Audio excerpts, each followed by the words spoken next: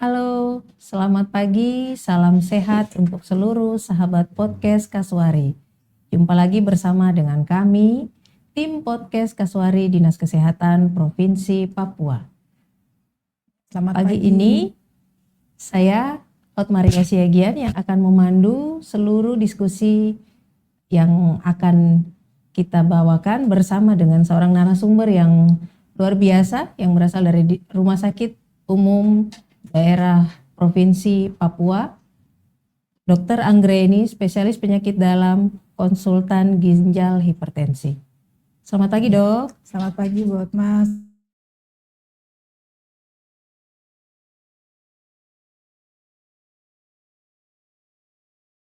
Dinas Kesehatan Provinsi Papua.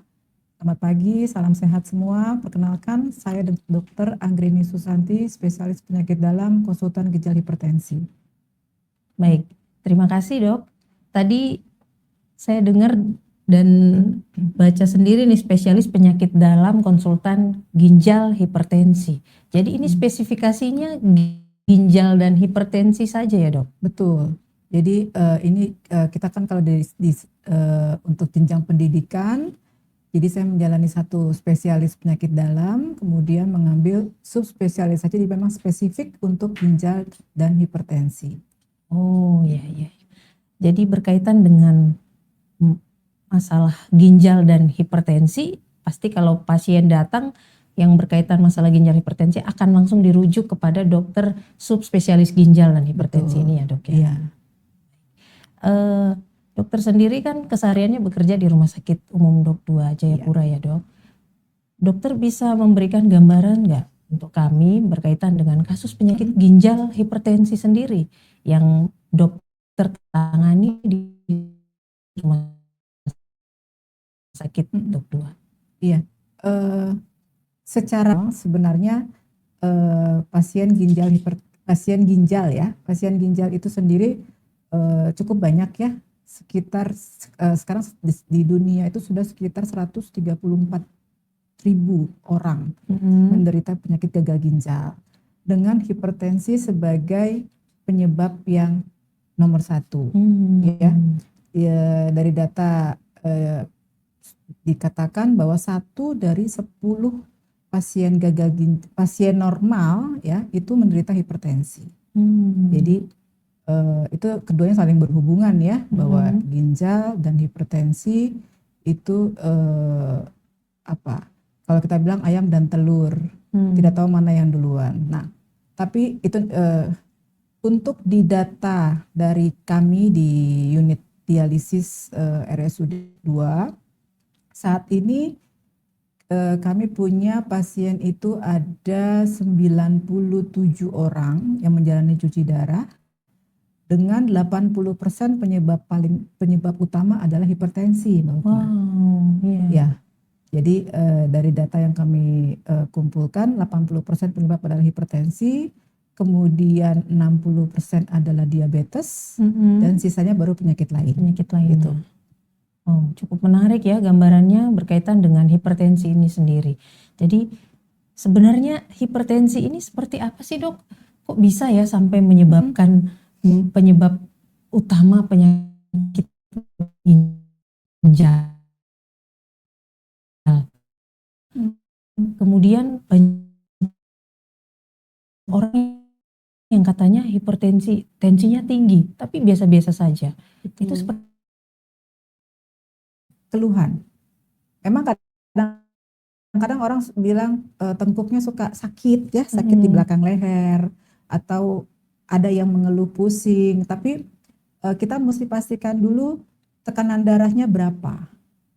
Tadi seperti Botma bilang, dengan tekanan darah yang tinggi kadang-kadang tenang-tenang aja, nggak ada keluhan, atau istilahnya masih bisa lah ya beraktivitas, bahkan olahraga mungkin pun masih aktif. Baik di sistem penyaringan ya, kan kita tahu ginjal itu kan menyaring darah untuk mengeluarkan racun-racun dalam tubuh.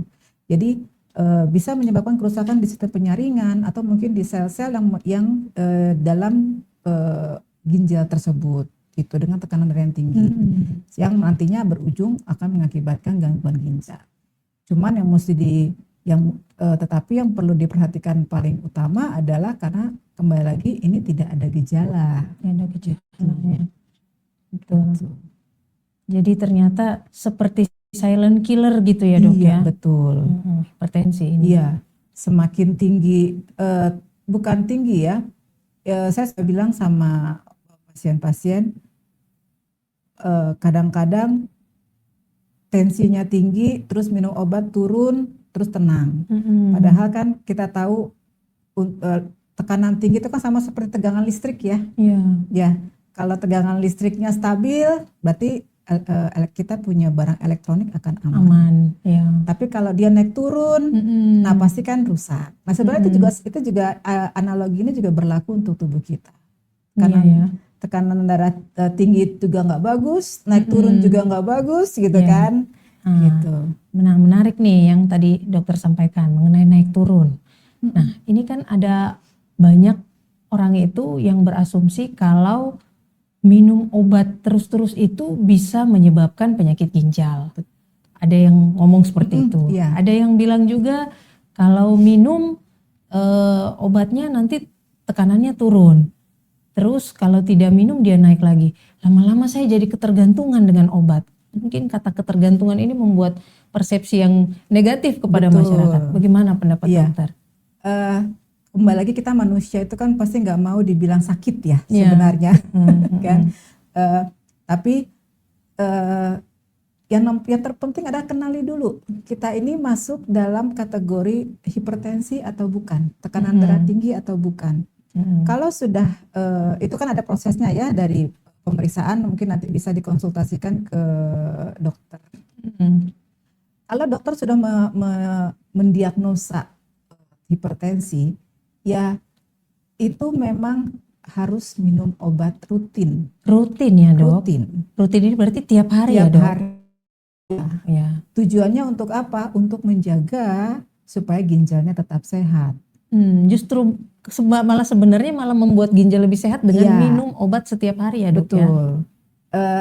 Tapi juga minum obat pun ada targetnya. Jadi ada target tekanan darah yang harus dicapai supaya ginjal itu tetap sehat. Tetap sehat. Gitu. Jadi kalau target itu belum tercapai, tetap konsultasi dengan dokter, kemudian mungkin akan ditambah obatnya, itu bisa ya. Jadi ada beberapa pasien yang minum mungkin mungkin ada yang 1, ada yang 2 macam, ada yang 3 macam, sampai target tekanan darah tercapai untuk mencegah penyakit ginjal. Ini mungkin yang perlu saya sampaikan juga bahwa obat-obatan yang tadi disampaikan, tadi Bu Hotma bilang obat-obatan bisa mengganggu fungsi ginjal, betul. Ada banyak obat yang bisa mengganggu fungsi ginjal. Tapi untuk kasus pasien hipertensi atau tekanan darah tinggi, obat-obatan untuk menurunkan tekanan darah tinggi ini malah menjaga supaya ginjal kita tetap sehat. Wah, begitu. Jadi ya seperti yang sudah didengar oleh Sobat Podcast bahwa ternyata persepsi opini-opini yang selama ini mengatakan bahwa minum obat hipertensi setiap hari itu malah menyebabkan ginjal, itu salah ya? Salah. Iya, salah tuh. Salah. Jadi harus kita perbaiki. Yang memang sudah terdiagnosa hipertensi oleh dokter, maka wajib ya untuk minum obat teratur sesuai dengan anjuran dosis dan jenis obatnya yang sudah disampaikan atau diresepkan oleh dokter. Begitu ya dok ya? Betul, ya. Baik. Kemudian berkaitan dengan penyakit ginjal hipertensi ini sendiri, tadi mungkin kita bisa mengambil kesimpulan apakah benar atau salah nih dok. Kesimpulannya bahwa penyakit ginjal hipertensi ini maksudnya adalah penyakit ginjal yang disebabkan oleh hipertensi awalnya. Ya, tadi yang sudah dijelaskan oleh dokter, hipertensi itu apa, sehingga bagaimana menyebabkan sampai rusaknya ginjal akibat hipertensi itu sendiri. Nah sekarang dok, kalau tadi dokter bilang hipertensi itu nggak ada gejalanya, nggak ada tanda-tanda spesifik. Terus bagaimana sampai orang mau tahu kalau dia ini punya penyakit ginjal dok, yang disebabkan oleh hipertensi? Iya, kalau memang orang tersebut sudah terdiagnosa ya, sudah diberitahu bahwa bapak atau ibu sekarang menderita tekanan darah tinggi, itu secara rutin dokter itu akan memeriksakan sebenarnya. Oh, Ada yang kita sebut screening ya, screening penyakit ginjal. Di awal itu akan diperiksakan untuk laboratorium darah, untuk pemeriksaan fungsi ginjal, nanti akan diperiksakan untuk ureum kreatinin dan pemeriksaan urin. Nah, itu adalah deteksi awal untuk pemeriksaan kesehatan ginjal. Dan itu akan rutin diperiksa buat Ma. Jadi untuk pasien yang terdiagnosa hipertensi atau diabetes ya, itu per 6 bulan minimal, per tiap 6 bulan itu akan diperiksakan untuk fungsi ginjalnya. Oh, ternyata Gitu. ada layanannya ya Ada untuk pasien-pasien hipertensi ya. Iya. Nah, itu berarti langsung spesifik karena langsung tahu ya hasil pemeriksaan darah dan urinnya ya. Betul. Nah, kalau kasus bagaimana kalau orang yang tadi itu dok jarang memeriksakan tekanan darahnya, kemudian tanpa ada gejala, tekanan darahnya tinggi tapi tidak ada gejala. Dan kadang itu ya kita itu kadang-kadang denial ya, bilang bahwa sebenarnya saya itu tekanan darahnya nggak tinggi, hanya mungkin karena lagi capek saja atau kurang istirahat saja, makanya tekanan darah saya tinggi. Nah, untuk kasus-kasus seperti ini dok, untuk tahu gimana sih tanda ataupun gejala bahwa saya ini sudah mengalami hipertensi dan punya resiko untuk mengalami masalah di ginjal. Iya. Kembali bahwa hipertensi itu tidak ada gejala. Tapi kalau kita punya riwayat di keluarga, riwayat bapak, keluarga ya, ibu atau pokoknya yang satu ini ya, satu keturunan gitu ya. Dari mungkin dari apa nenek, kemudian atau dari om dan tante gitu ya, ada hipertensi. Nah, itu harus apa ya, sadar ya untuk datang memeriksakan gitu. Dan pemeriksaan itu bukan cuma satu kali, tetap minimal untuk yang misalnya datang pemeriksaan tekanan darah tinggi, kemudian tekanan darah tinggi normal, itu minimal 6 bulan atau setahun sekali periksa gitu ya. Kemudian kalau yang sudah memang pernah menderita pernah dikatakan tekanan darah tingginya pernah tinggi, memang itu dianjurkan untuk minimal 1 atau 2 minggu sekali itu cek tekanan darah. Cek tekanan darah. Ya. Apalagi sekarang kan stres pekerjaan katanya lebih besar kan. Kemudian untuk makanan sekarang banyak junk food seperti itu kan, yang natriumnya cukup banyak kan, tinggi garam garam. Jadi itu cukup menjadi faktor pencetus ya untuk terjadinya hipertensi. Karena dan untuk pasien, untuk apalagi untuk sekarang ini kan trennya lebih maju ya usianya. Iya, kan mungkin 30-an itu tensinya sudah 140, 150 begitu. Ya sebenarnya itu tadi dipengaruhi juga oleh lingkungan ya, oleh makanan, oleh minuman yang selain hipertensi sendiri itu juga bisa memicu terjadinya penyakit ginjal. Lifestyle ya dok ya. Jadi karena kita lihat trennya ini makin muda nih yang mengalami hipertensi. Sebaiknya dari usia berapa sudah melakukan pengontrolan tekanan darah, pengecekan secara rutin? Sebenarnya kalau di anak-anak SD itu sudah mulai diperiksakan urin. Jadi di beberapa negara itu dari mulai SD kelas 4 ya kalau saya nggak salah ini itu rutin tuh per setiap tahun pemeriksaan urin lengkap untuk mendeteksi ada penyakit ginjal atau tidak. Berarti sudah umur 10 tahun pun sudah bisa dilakukan pemeriksaan rutin ya? Betul.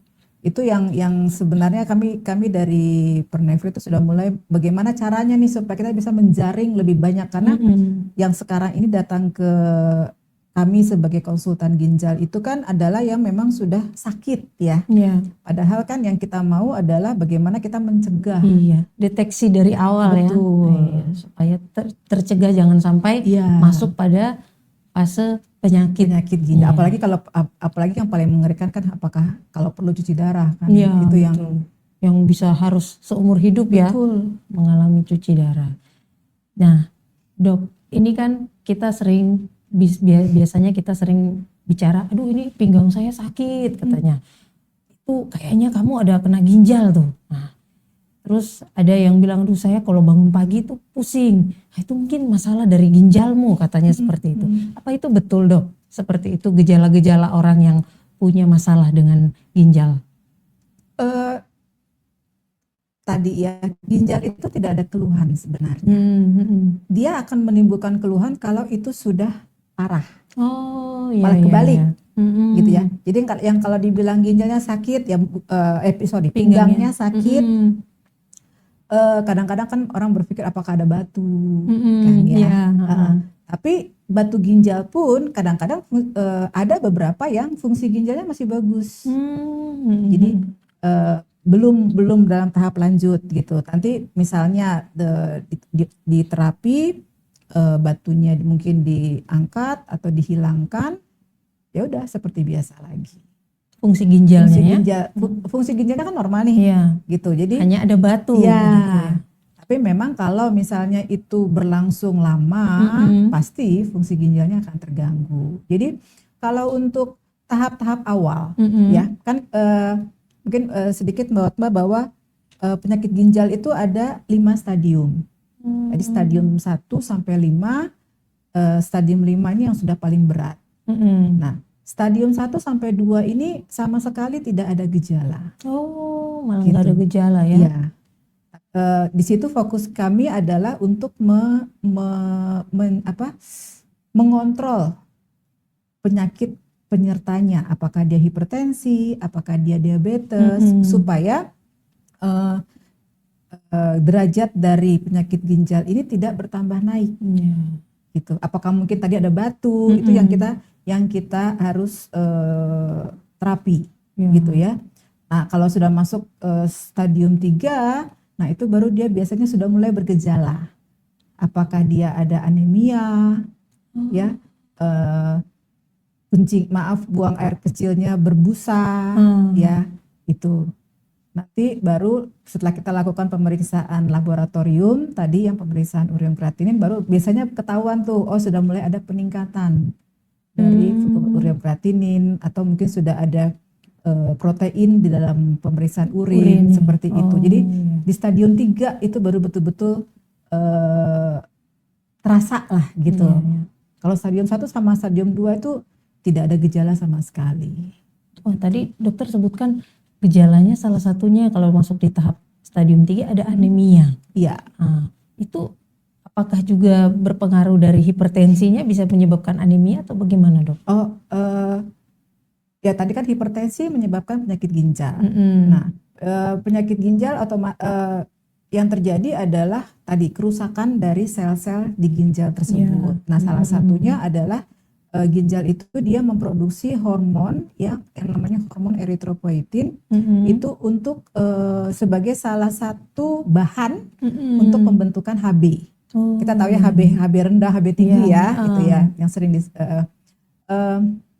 nah, kalau hormon ini dia sudah mulai produksinya sudah berkurang, pasti HB-nya akan turun. Makanya pasien sering datang dengan kok saya lemas, ya, terus pucat, kemudian diperiksakan HB-nya bisa 7, bisa kurang dari 7 lah, seperti itu. Oh iya, jadi memang sangat berpengaruh sekali. Jadi memang betul-betul kita harus periksa semuanya ya, Dok ya, screening betul-betul supaya jangan sampai ada salah satu indikasi yang menjurus pada masalah penyakit ginjal ini sendiri. Betul. Ya. Terus kalau yang sudah terdiagnosa penyakit ginjal sendiri, Dok, itu bagaimana pengobatannya? Apakah bisa minum obat yang sudah kena penyakit ginjal atau memang harus cuci darah? Seperti apa, Dok? Iya. Tadi ya kan tadi saya sedikit sampaikan bahwa ginjal itu penyakit ginjal ada yang stadium 1 sampai 5. Ya. yang perlu kita lakukan tindakan tadi cuci darah itu adalah stadium 5. Oh Tapi iya. 1 sampai 4 ini yang kita sama-sama menjaga ya, dokternya dan pasiennya dan keluarga. Jadi caranya adalah tadi untuk faktor pencetus. Jadi yang bisa menyebabkan penyebabnya seperti apa? Tekanan darah tinggi atau mungkin menderita gula darah, itu harus dikontrol. Kontrolnya bagaimana?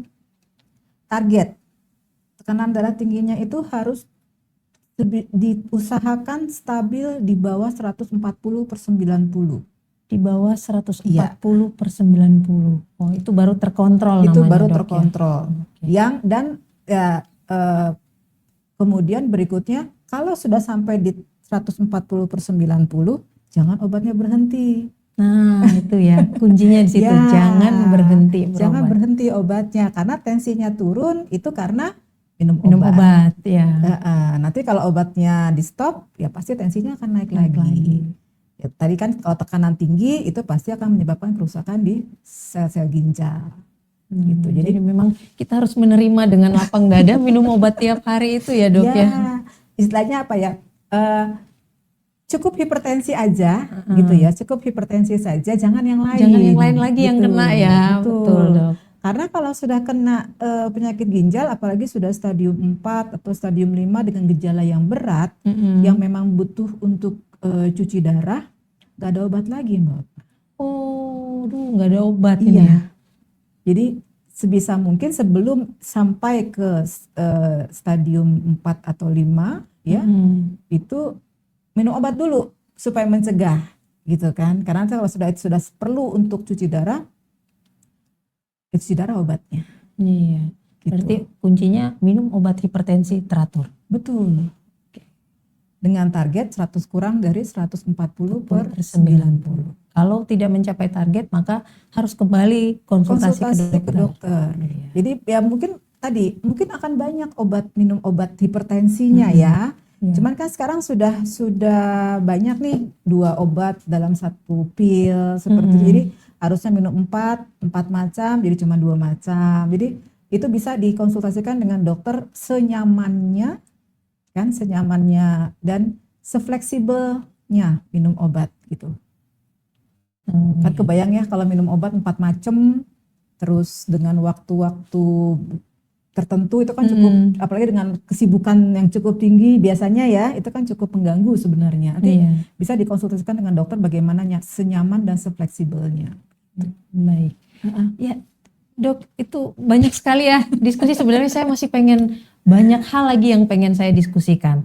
Tapi saya melihat Sobat Podcast juga sudah tidak sabar ini ingin bertanya langsung kepada Dr. Anggreni. Jadi saya berikan kesempatan buat Sobat Podcast lewat kolom chat untuk bertanya. Saya akan membacakan pertanyaan-pertanyaan dan nanti akan langsung dijawab oleh Dr. Anggreni. Yang pertama mungkin pertanyaannya itu dari Sarseria 93. Dok, kakak saya sering begadang dan makan mie instan. Apakah itu berbahaya atau memicu untuk penyakit ginjal? Gimana nih, Dok? Nah iya, apalagi ya kita tahu mie instan itu kan natriumnya cukup banyak ya. Iya, garamnya. Makanya dia gurih, enak. Iya. Yang kalau makan mungkin nggak cukup 1. Iya. Kan? Betul dong. Iya. Jadi tadi lifestyle ya. Iya. Lifestyle-nya ini yang ya mungkin kalau makan mie instan 1 minggu 1 kali masih oke lah, kan? Tapi kalau makan mie instan terus, kemudian sering begadang, kemudian kayaknya sambil nonton bola biasanya. Ini pasti tambah kopi nih biasanya, atau kopi saset nih, atau merokok nih biasa gitu. Ya pasti seperti itu akan memicu untuk penyakit ginjal, karena tadi akan menyebabkan terjadinya hipertensi. Mie instan saja itu akan meningkatkan karbohidrat itu sendiri, karbohidrat saja. Kalau memang sudah ada masalah sebelumnya, mungkin akan bisa menaikkan tadi tekanan darah, kemudian gula darah, yang itu nanti akan memperberat ya sebenarnya untuk ginjalnya. Seperti itu. Baik. Ya, lanjut ada pertanyaan dari Muhammad Muslimin. Saya pasien HD. Untuk membedakan bagaimana cara kita mengetahui berat kering bagi pasien HD. Terima kasih dok. Ini kayaknya pasiennya dokter nih. Di Iya rumah nih sakit. pasien. Silakan dok. Pak Muslimin apa kabar? Iya. Bagaimana cara mengetahui berat kering? Yang tahu itu pasien. Jadi nanti saya dan ada saya punya di Dok 2 itu ada Dokter Imelda plus Dokter Jaga ya. Nanti saya dengan Dokter Imel itu akan mengukur dulu berapa berat badan sebelum sakit ya. Jadi waktu kan biasanya kalau pasien cuci darah itu waktu awal pasti bengkak. Iya betul. Jadi berat badan pasti akan bertambah. Nah, nanti kita akan mengatur cairannya, mengatur cairan tubuhnya supaya kembali ke awal. Seperti itu. Nah, nanti mungkin misalnya waktu sebelum HD ya, HD itu hemodialisa yaitu cuci darah. Itu sebelum HD berat badannya 68 nih misalnya ya. Kita target ke situ 68. Tapi kalau ternyata di 69 itu ternyata Pak Muslimin merasa kok kalau saya turun 68 saya gemeter ya dok, saya kram-kram, ada keluhan, berarti mungkin berat badannya di atas itu. Jadi berat badan kering itu adalah berat badan yang satu tidak ada kelebihan cairan dan kedua tidak ada gejala.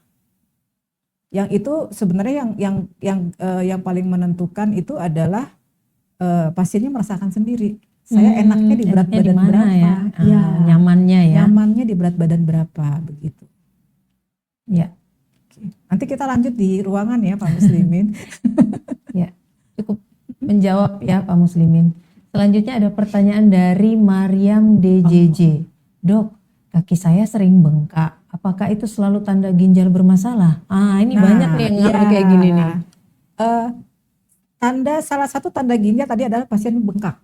Bengkak itu kan bisa di kaki, bisa di perut, bisa di muka, ya, atau mungkin seluruh tubuh. Seluruh tubuh. Tapi bengkak belum tentu itu masalah ginjal. Oh, jadi gitu. jangan parno dulu ya, jangan langsung ketakutan ya. Iya. Banyak penyebab kaki bengkak selain ginjal gitu ya. Mungkin bisa ada masalah di jantung, atau mungkin ada masalah di pembuluh darah, atau mungkin berat badan terlalu berlebih, begitu kan. Jadi kalau memang ada keluhan atau ada masalah kaki bengkak, mungkin bisa dikonsultasikan kepada dokter. Itu jangan mendiagnosa diri sendiri ya dok ya. Betul. Baiknya langsung saja ke fasilitas kesehatan terdekat yang bisa dijangkau. Gitu ya. Lanjut pertanyaan dari Atwin Fauzi 879. Sekarang umur belasan tahun sudah hipertensi. Pola makan seperti apa yang bisa mencegah hal ini? Nah dok, gimana dok? Ini yang sekarang lagi ngetren tuh ya, real food. Ya, real food ya. Iya kan? Back to real food back ya. to real food. Jadi kita mengolah makanan sendiri. Kemudian tentu dengan makanan-makanan sehat. Sekarang kan udah banyak tuh aplikasi-aplikasi yang bisa mengukur ini kandungannya apa, misalnya ayam gitu ya, kandungannya apa, proteinnya seberapa, dan semakin kesini kan sebenarnya generasi muda ini semakin keingintahuannya semakin besar dan aksesnya juga semakin mudah ya untuk tahu kebutuhan kalori sekian gitu ya kan. Ya, terus kalau makan porsi seperti ini cukup atau tidak gitu ya. Dan yang terutama untuk yang belasan tahun ini kalau sudah ada hipertensi, hati-hati dengan penggunaan garamnya ya. Rekomendasi garam yang disarankan adalah kurang dari 1 sendok teh per hari. 1 sendok teh per hari itu berarti sudah mencakup garam yang ada di ikan, Betul. yang ada di gorengan, yang ada di sayur, yang ada di snack ya. Totalnya segitu ya dok. Iya. Dan jangan sekarang kan banyak tuh ya garam-garam pengganti garam ya. Iya. Kan Kalau gula kan ada pengganti gula, Pengganti sekarang gula. garam pun ada pengganti garam gitu. Iya. Sebenarnya sama itu ininya, komposisinya. Tetap kita targetkan adalah kurang dari 2 sendok makan, 2 sendok kecil, 2 sendok teh. kecil, 2 Ya. sendok teh garam natrium ya per hari. Natrium per hari. Gitu. Tetap harus Dan dibatasi ya. ya itu pola makan ya, sama jangan lupa minum obat ya. Iya. Pola makannya welcome to real food, say Ya. goodbye to ultra processed food. Ya. Seperti itu ya dok ya. Kita lanjut pertanyaan dari Marcella. Ibu dokter, untuk cek ginjal itu selain rumah sakit, apakah bisa dilakukan di puskesmas? Dan sekiranya biayanya berapa dok? Mohon pencerahannya. Oke. Kalau di puskesmas setahu saya sih bisa ya. Tapi yang di yang untuk Papua Ada mungkin beberapa puskesmas yang ada beberapa yang memang sudah bisa melakukan itu. Dan kalau memang itu adalah pengguna jaminan BPJS dengan atas indikasi, itu gratis. gratis. Gitu. Dan kalau memang perlu tindak lanjut bisa langsung dirujuk juga Ya. ke rumah sakit ya dok Ya, ya. dan misalnya tidak bisa dilakukan di puskesmas yang ibu di tempat begitu ya, nanti pasti dokter akan membuatkan surat. Ya, sekedar informasi tambahan bahwa sebenarnya program kesehatan gratis termasuk di situ ada deteksi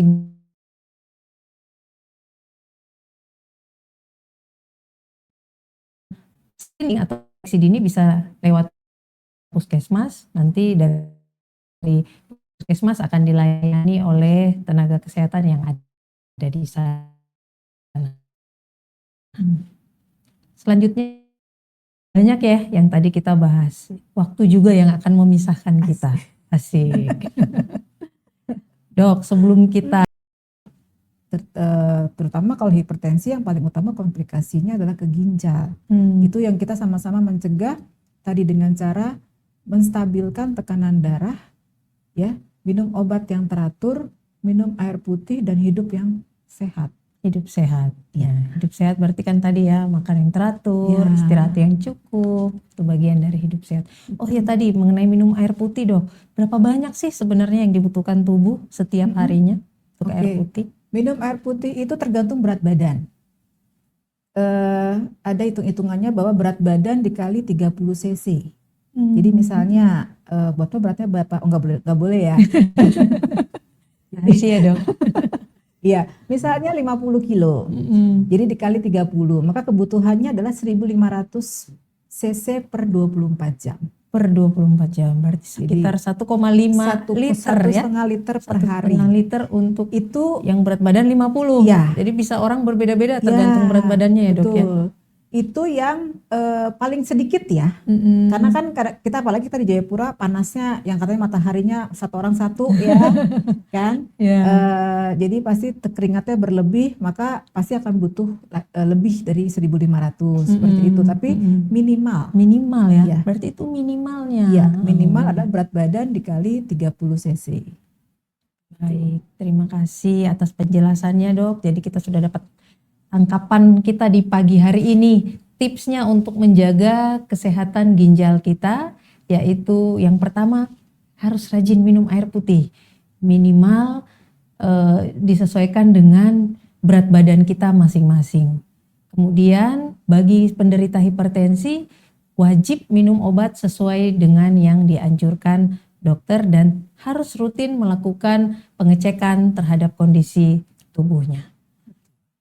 Terima kasih banyak dok, Sama-sama. diskusi kita sangat menarik di pagi hari ini dan semoga yang kita diskusikan di pagi hari ini bermanfaat buat semua masyarakat Papua, khususnya buat semua sobat podcast Kasuari yang tetap setia menunggu dan menanti-nantikan setiap tayangan-tayangan podcast dari podcast Kasuari.